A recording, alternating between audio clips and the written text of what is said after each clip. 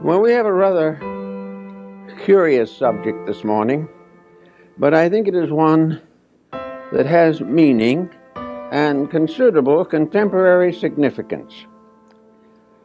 To study our heritage from the past is not simply a waste of time, because most of that heritage is still with us.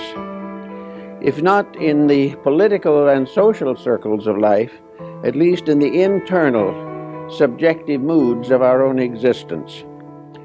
At a very early date, it became evident that the human being was in serious difficulty trying to understand where he was, what he was, and why he was. He looked around him and he saw a nature unfolding, but behind this nature, as he saw it, there must be something else, but he had no way of really trying to discover what it was. He was bound within the small area of his own life existence. His expectancy in those days was very little. It is sometimes estimated that the average human being in those early cave periods, life was probably about 10 years, maybe a few more. Many of them didn't reach the majority at all. So, it was a strange world with everything happening and no explanation for why it happened.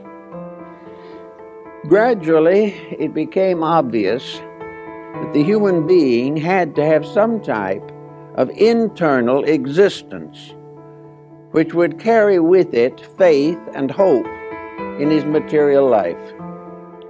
Gradually, we find the rise of various beliefs. Probably some of the earliest sort of shamanistic, the belief in spirits and ghosts, all this type of thing. All these believings came not from a carefully studied or planned exploration of nature. They came from a desperation of an individual or group of individuals struggling desperately for hope, to escape from loneliness, to no longer be an isolated creature in an unknown world. The human being was very much like a castaway on a desert island. He had no resources available to him except what he could contrive with his own ingenuity. As time went on, there was inevitably a demand for some type of organized faith in realities that were not visible. But how was the primitive man going to analyze invisible realities? How is modern man going to analyze them? Actually, it all seems to have arisen within the person himself. The desperate need resulted in a kind of solution, a solution that was sufficient for the moment, and which it was always hoped would be improved and perfected in the course of time. This temporary solution is still the answer that we have to use. But with all our progress, with all our skills, with all our intellectualism, the individual is still lonely. He is still comparatively helpless in a world infinitely too great for him. Now he not only has to combat nature or adjust to its circumstances, but he must try to survive the complex situation set up by human nature in this little thing we call the earth. So altogether, our beginnings of faith, hope, and love lie in the desperate need for something that was superior to self, something that was stronger than we are, some ever-present help in time of trouble. Trouble was common, help was scarce. The individual went through countless miseries and misfortunes, but there had to be some hope, something to sustain the struggling creature in its long evolutionary path. There came up, of course, shamanism, which we find among the American Indians, the medicine priest with the rattle and the spells and the incantations, and with second sight and mysteries, who worked with the sick and gave hope of recovery.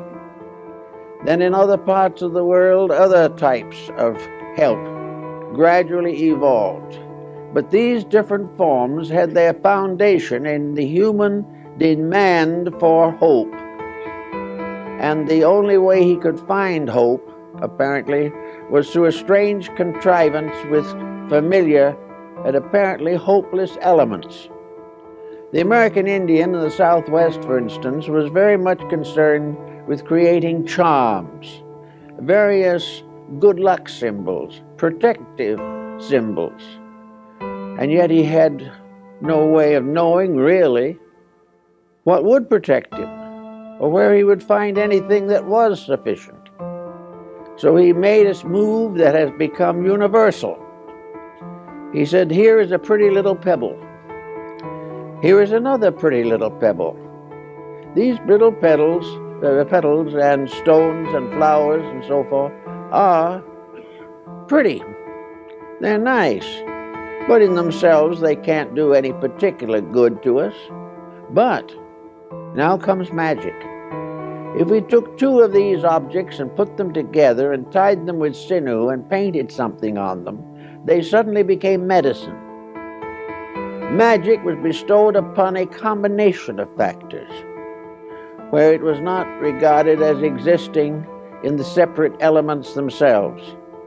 As a result of this, it gradually dawned on the human being that almost any combination of circumstances which he could contrive, if brought together, had a new meaning, a meaning that might contribute to his own survival.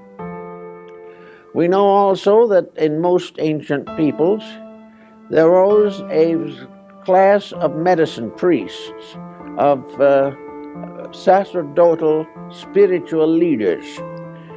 These became the foster parents of humanity. The simple people depended upon these leaders for hope.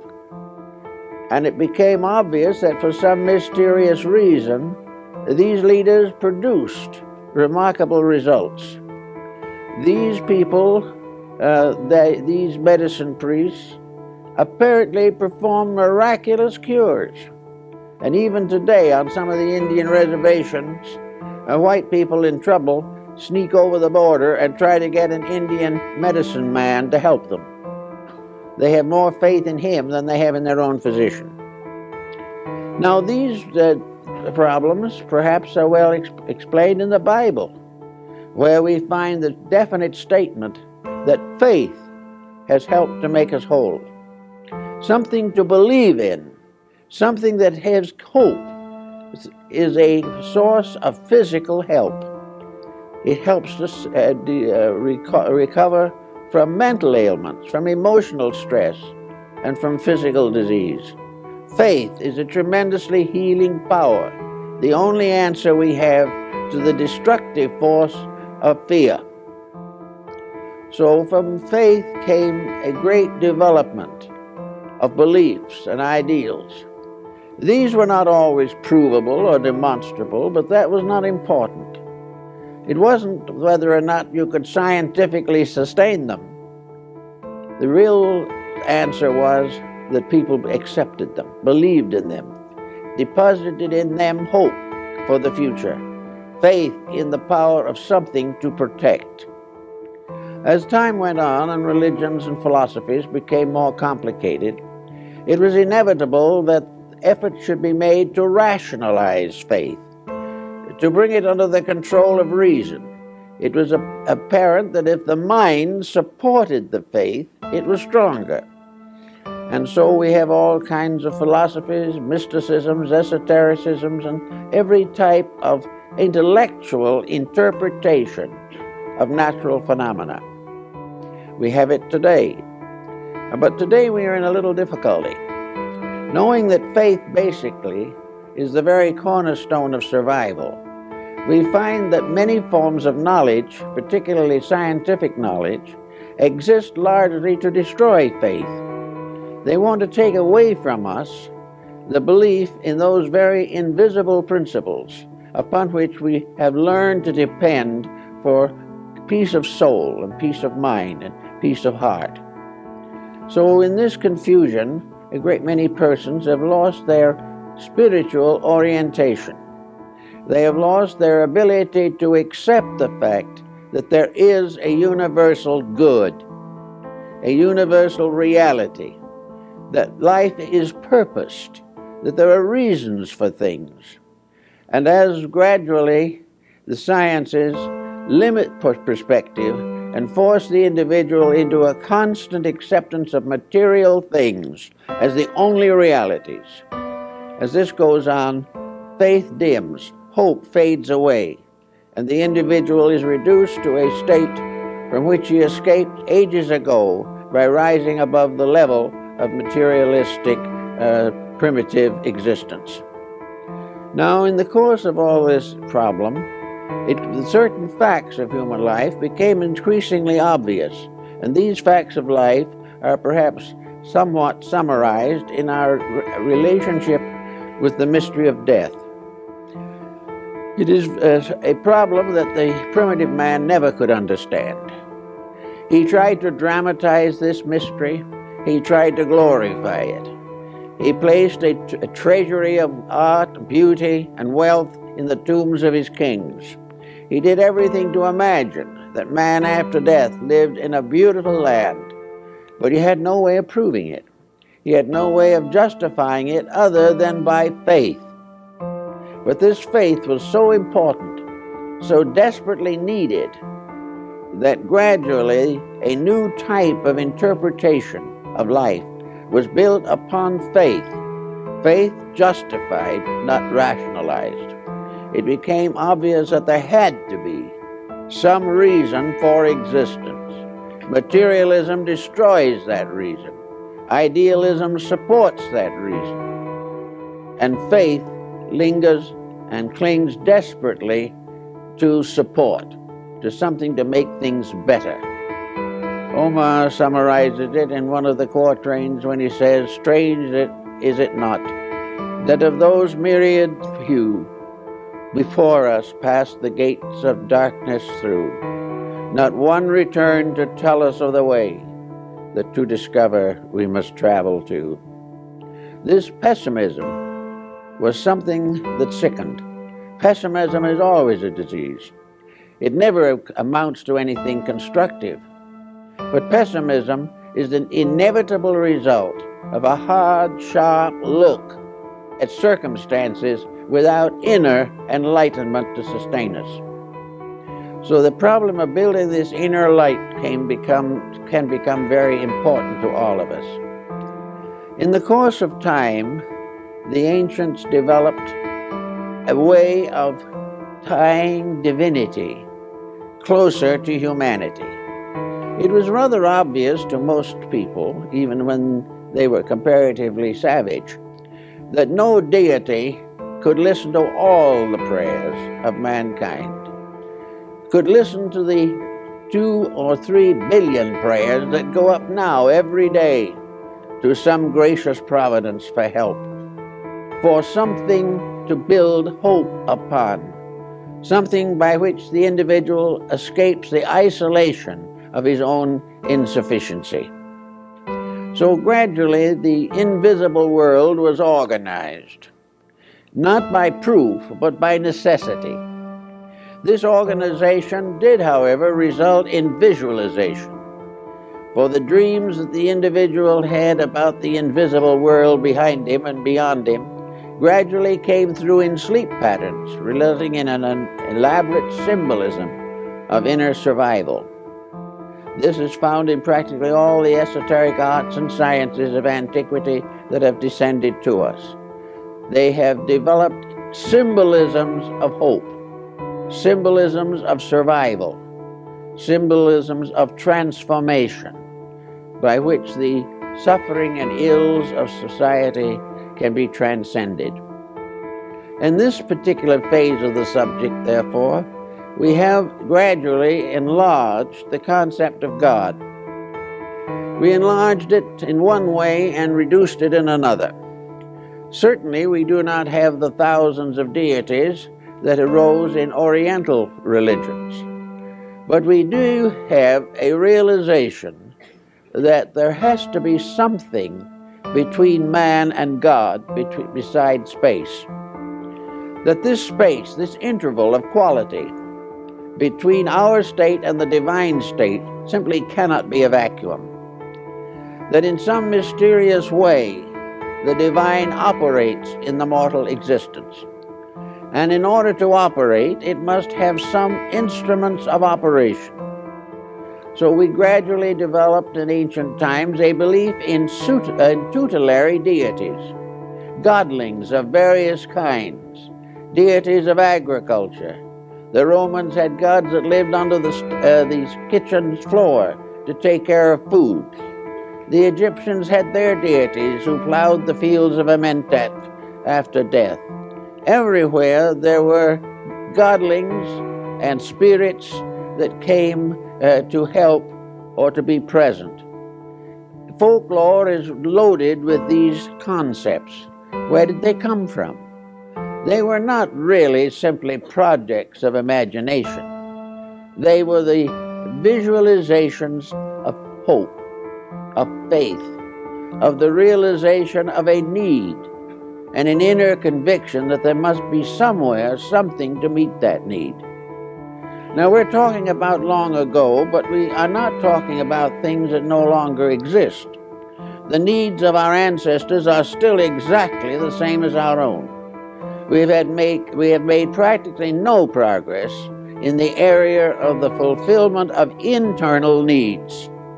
We have gradually tried to assume that they did not exist.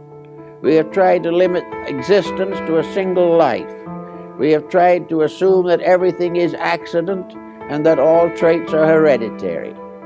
We do not have any solution to the great hunger of the human being for inner strength, for the power to meet the pressures of a world around him constantly betraying the world within him.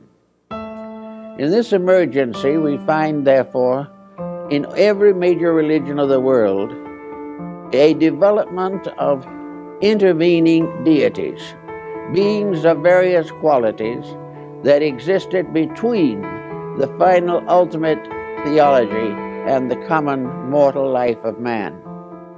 In Christian philosophy and religion, these have generally been called angels or archangels. They were messengers of the divine. These, as messengers, became very important. They brought the legends and mysteries of faiths necessary to the fulfillment of spiritual realities. There also arose the negative counterpart of these. For as the messengers came from above to bring light to man, so below human beings rose to high degrees of spiritual development, and saints and heroes began to intercede for human beings before the throne of deity. So a network of intercessions was created, a network of hope finally more or less justified by a network of speculations. Now, as time went on, these speculations became more and more firmly established in the human mind, until in many instances, these are no longer speculations. They are now traditional facts that have come to us through the wisdom of our ancestors. Now, maybe these facts are more factual than we like to realize, because actually our best instrument to discover the facts of things must lie within ourselves. It is our own insight that is the nearest to truth that we can ever have. We can't find this truth out in the desert somewhere unless it stimulates insight. Unless something comes from within ourselves, the larger work cannot be perfected. In some cases, we have the rise of various orders of deities, such as those which we find among the American Indians again. And even now, in their religious rites and rituals, the Ketchinas come from the mountains. And the human being, wearing a mask and with certain ritualistic accompaniments, is considered to be a temporary god. And this faith is still held firmly in the American Southwest. It is held in Asia among the shamanism of Mongolia. It is still held in many parts of the East, even among highly civilized and highly skeptical peoples. The belief, the realization of the mask cult is very strong and probably will be for a long time to come. I remember when I was up in the northern end of India towards Darjeeling, that a group of Tibetan dancers came down to give a performance for the strange visitors from afar. Among the dancers was a little boy, probably 5 or 6 years old. Everybody loved that little boy. He was so charming and had such a quaint way of living and thinking, and wore the cutest clothes imaginable. He was like a doll to most of the people who saw him, who came from outside of India. Then came the time for the dance, and the little boy put on a mask with a grimacing face on it, and decked himself out with some regalia, and started to join the dancers. And in the course of the dance, this little fellow danced over towards the visitors, the tourists. They immediately scattered and hid. The moment the mask was on him, those who knew the little boy were still afraid of him. This is a subconscious situation that apparently we have not been able to cure even now. So the masks appear in Egypt, in the temple rituals. They appear in the dramas of Greece. They appear in the dances and mysteries of Tibet, Mongolia, and Bhutan. They are still used in Japan and China. They are found among the Incas. They were a part of the regalia of the Aztecs and the people of Central America. Masked dancers and costume dancers are still found in many parts of Europe. The whole situation is that with the change of perspective, where something that isn't normal or common is introduced, immediately there are strange inner acceptances. Something happens, and the individual is no longer oriented to the materialism which has gradually crept into his nature. Now, in the course of this same procedure, we have had a great roaming around of the mind in folklore, in emblemism, in symbolism, in alchemy, in Kabbalah, many of these things, where the individual, using ordinary elements, placing them in new combinations, causes them to become revelations of something superior or more important. Now, in the midst of all of this, we come to the classic Greeks. And in the classic case, of course, the most outstanding example of something is the spirit guide of Socrates. Socrates had a spirit that was born with him, according to his own statement. And this spirit was called a daimon. Our word demon comes from it, but it is a use that was made after it was assumed that all these pagan deities were devils. Actually, the daemon was not an evil spirit, but a friend, a guide, and a counselor. And wherever Socrates was in danger or difficulty, his spirit came to him. The daemon or guardian appeared, and he writes about it, discusses it, and tells of the examples of its presence. When, however, the time came for Socrates to die, when it was ordered that he take the hemlock and die of poisoning, he says that his spirit left him weeping. The spirit was no longer with him. Ham-Alison, in his study of the mysteries of the Egyptians and Chaldeans, describes in detail these familiar spirits.